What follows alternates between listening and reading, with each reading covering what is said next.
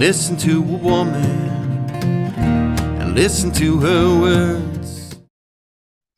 Hello, this is Deagnon.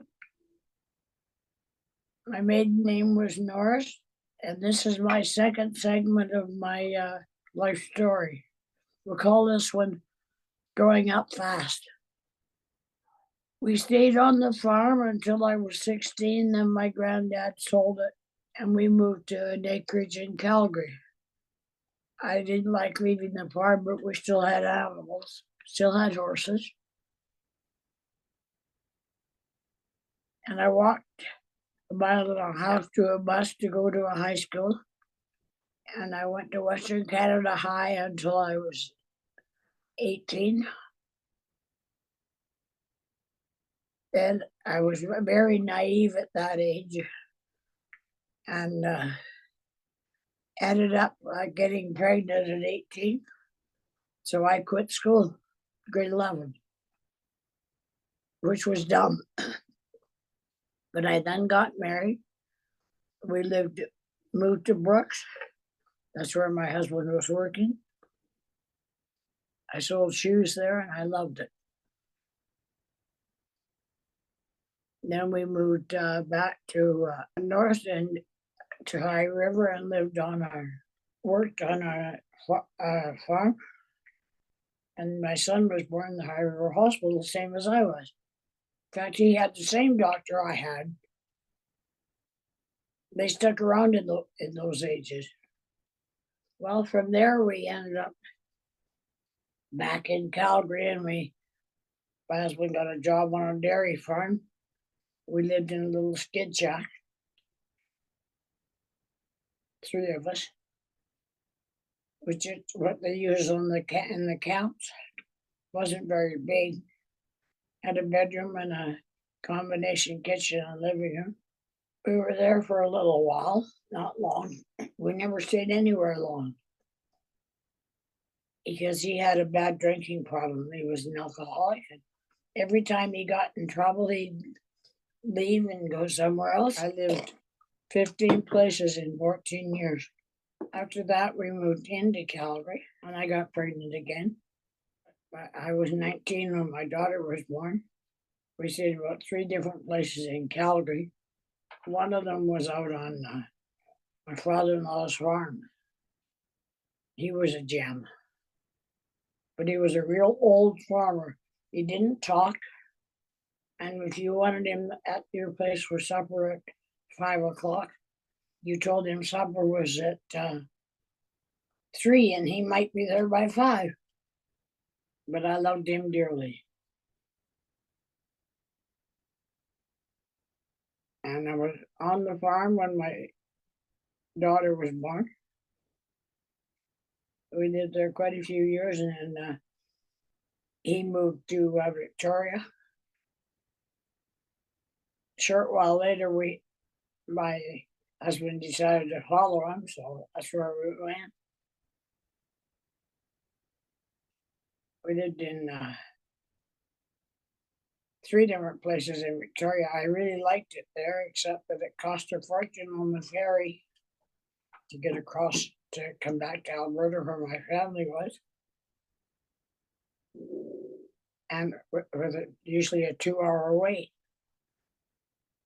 But the area was beautiful. It was about that, somewhere around that time, that I discovered just how abusive he could be when he was drinking. So it wasn't fun. But I had my kids. And the next year I had another daughter.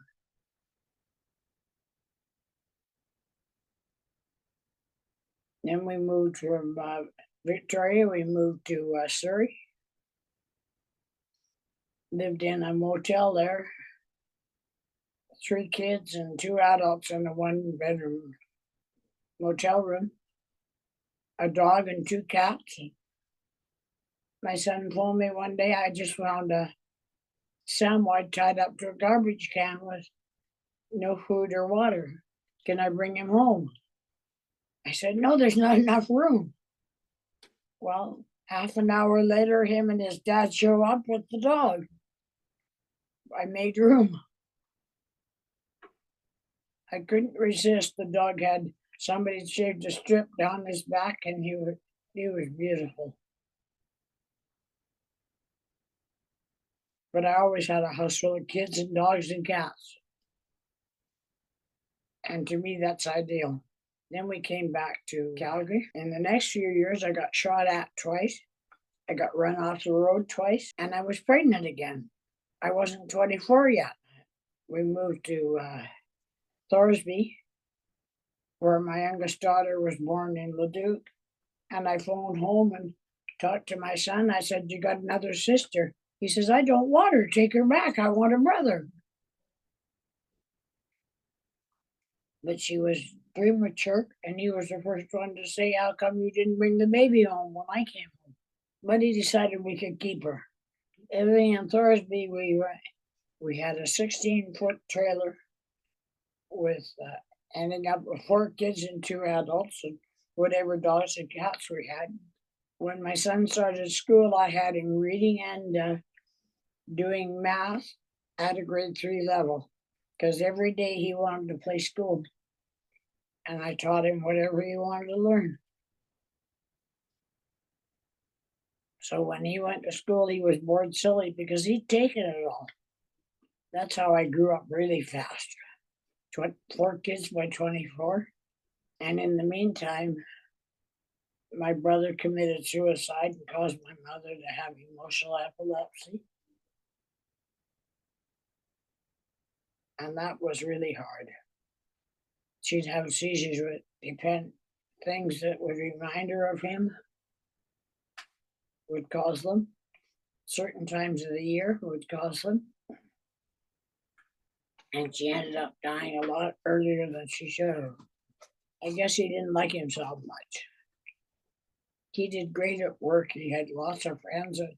I've never seen grown men cry at a funeral before, but they all did at this one, wondering what they could have done to stop him. But nobody could have done anything. He had it well planned. The worst part was he had a 7-year-old daughter from his first marriage. I got to regress a bit. I missed a story in Victoria. We lived in a low income housing, and he was beating one of the kids, and I stepped in the middle of it, and I got it. And then he took off out the door.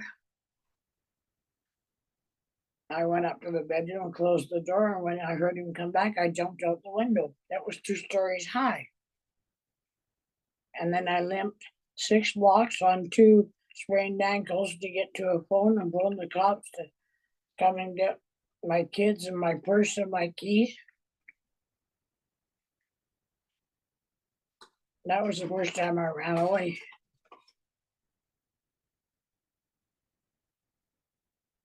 But I had to go back because I didn't think I could look after them by myself. He had me convinced I couldn't. Anyway, it was quite a number of years later. My son was 14. The baby was 9 when we were living in Calgary, and he'd been getting really bad. He was drinking a lot. I was getting beaten a lot, and I was scared for my kids. I didn't think I was any good to them dead, so I packed them and a few bedding and a few of their clothes and toys into my car, and that's all I could get in there. I left room for them. That was it. We headed from Calgary to Red Deer because I didn't know anybody there, so I thought it'd be a good place to hide. Unfortunately, I came back to Calgary one day to see friends, and he found me. But I still didn't go back with him. I stayed in Red Deer and raised my kids on my own, got my divorce. The judge says, "Don't you want support?" I said, "Well, it would be nice," but I said, "I haven't had it for 14 years. What makes you think I'll get it now?" I said, "You can't get blood out of a stone." But he never had any contact with the kids. The only thing he did, he got hold of my phone number somehow, and we belonged to a gun club when we lived in Calgary. And it was a six-shooter club, quick draw in Okotoks. And we had a beautiful little 357 Colt handgun. I took it with me because it was registered in both names so that we could both transport it. Well, I took it with me. So he phoned me one night in Red Deer and he says, I'm going to come and steal the gun back and shoot you. But I fixed him. I phoned the RCMP. I told them what was going on. I said, I've got the gun here. Will you come and get it, please? And they did. I worked 2 jobs most of the time. I worked as a receptionist at Harper's Metals in Red Deer from 8 to 5:30. And at 6 o'clock, I went to the lounge in the Valley Hotel, and worked there till 11.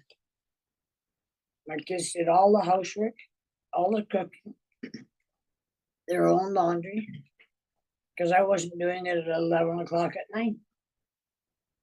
But I raised 3 fantastic girls and a good son, except that he ended up with the alcoholism. And I lost him at 50. At 14, my son decided he wasn't going to school anymore.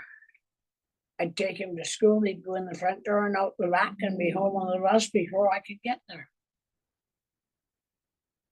So I phoned the school board. I said, when can I sign to let him quit? They said, anytime. So I got off the phone and I looked at him. I said, tell you what, you get a job, I'll sign the papers.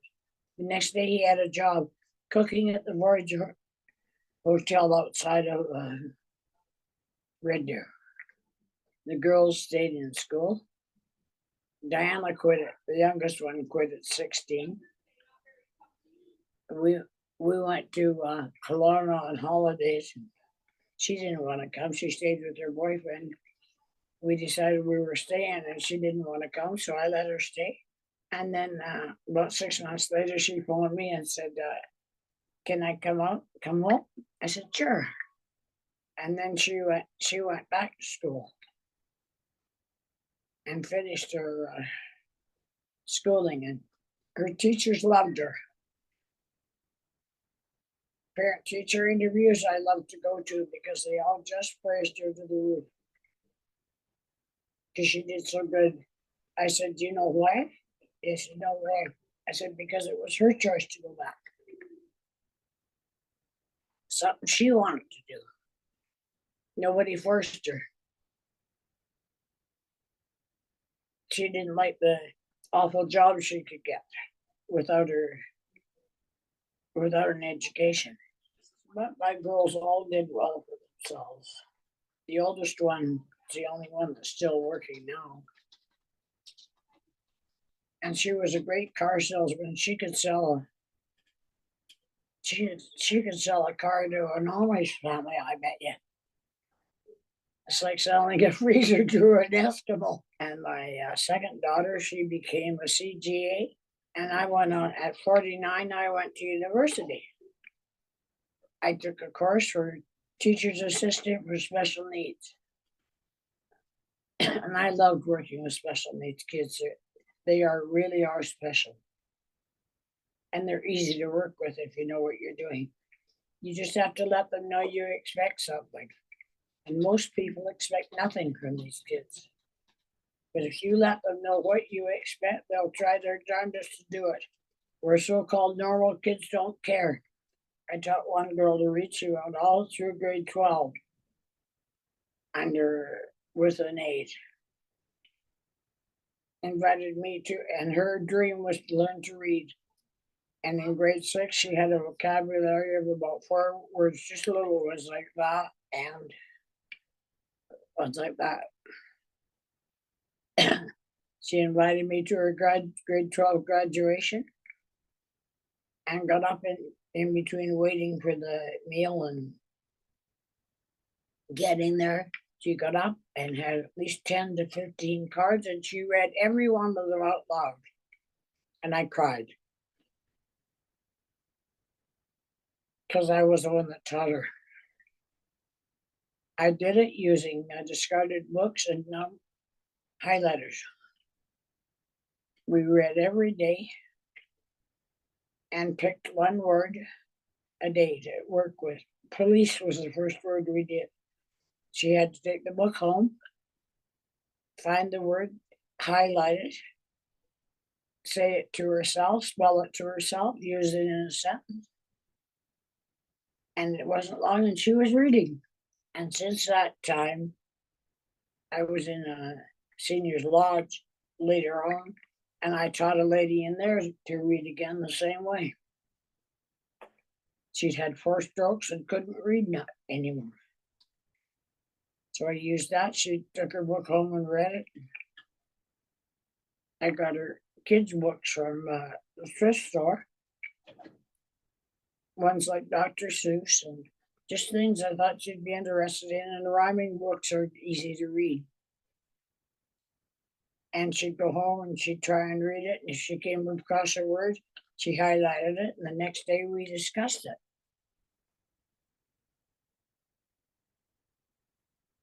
But it was a great job. I loved it. And I'm going to be here for another 20 years because I'm going to live to be over 100. Just to prove my son right. He told me that one time before he passed away, he told me that I was going to live to be over 100 because I was too damn stubborn not to. So I'm going to prove him right. I want to live to be 101 day. I have a job here. I make everybody smile. And that keeps me happy.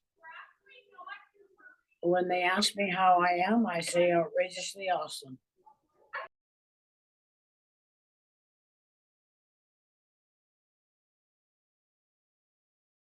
I wrote the book to prove to people that special needs kids can do things, mainly to show parents, because I know this is where the kids get most of their ideas. It's called Billy the Special Needs Toad. And Billy was my brother, my bratty brother. It takes place in the woods around a pond, and every time Billy jumped into the water, instead of swimming forward, he swam backwards. So his mother had nothing to brag about, and one day he heard this little squeak of help, help, help, and it was a mouse, and she had been running from an owl and fell in the water and couldn't swim. But he managed to swim forwards and get her and save her. Then everybody liked him. But just to prove that special needs kids can do what they want if they try.